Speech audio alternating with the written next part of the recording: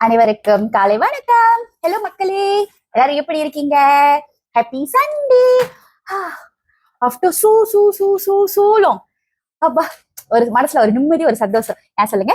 எங்க அம்மா வீட்டுல இருக்காங்க. அதுக்கப்புறம் அவங்க எனக்காக இன்னைக்கு சமைச்சிருக்காங்க. சண்டே அதுவுமா காலையிலேயே ஒரு தலைய குளியல் போட்டுட்டு வந்து உட்காரும் போது பசியார மேஜில இருக்கிறது எவ்வளவு சுகமா இருக்கும். அது ஒரு தனி சுகம் இல்ல?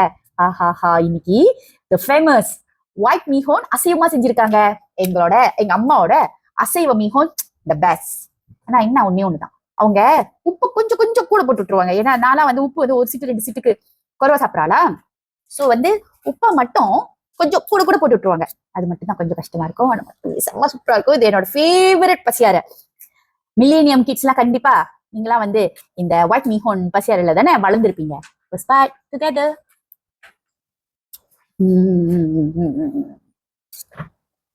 நல்லா இருக்கே. மை சர்ப்ரைஸ், உப்பு சரியா போட்டிருக்காங்க. கொஞ்சம் ஒரு சிட்டுக்கு 2 சிட்டுக்கு கூட இருக்கு. பட் ஓகே, சூப்பரா இருக்கே. மீஹோன்னா வெள்ளிக்காவும் வெட்டி வச்சிருக்காங்க எங்க அம்மா எனக்காக. அந்த ஒரு சுகம் இருக்குல்ல, நம்மளுக்காக ஒரு ஜீவன் பார்த்து பார்த்து செய்யறதுக்கு. அம்மா is the best in the world. என்ன பசியாரியாச்சா? வயிற்றுல இருந்து வெளியாயாச்சா?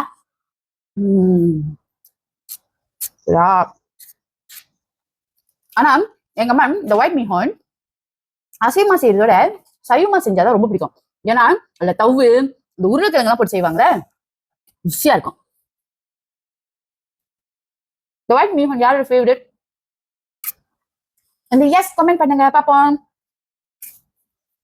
இந்த மீஹோன் நான் வந்து ஒரு தடவை 2 தடவை ட்ரை பண்ணேன். எங்க அம்மாவோட டேஸ்ட் மாதிரி வரலையா, சோ அன்னில இருந்து நான் சமைக்க மாட்டேன். எனக்கு ஒரு 2-3 சமையல்லாம் வந்து ரொம்ப பிடிக்கும், அதனால நான் செய்ய மாட்டேன். ஏன்னா அது எங்க அம்மாவோட டேஸ்ட் வராதே அப்படின்னு அந்த ஒரு ஆர்வத்திலே நான் செய்ய மாட்டேன். ஸோ எங்க அம்மா வந்தாங்கன்னா அதை நான் செஞ்சு கொடுக்க சொல்லுவேன். ஒயிட் மீஹோன், இட்லி தோசை. எங்க அம்மாவோட இட்லி தோசை இருக்குதே, முக்கியமா அந்த இட்லி இருக்குதே இதாட்டு செய்யலாம் அவங்க. ஏன்னா ஒரு 3 நாள் லீவ் தானே, வந்துட்டு அவசரமா கிளம்புறாங்க.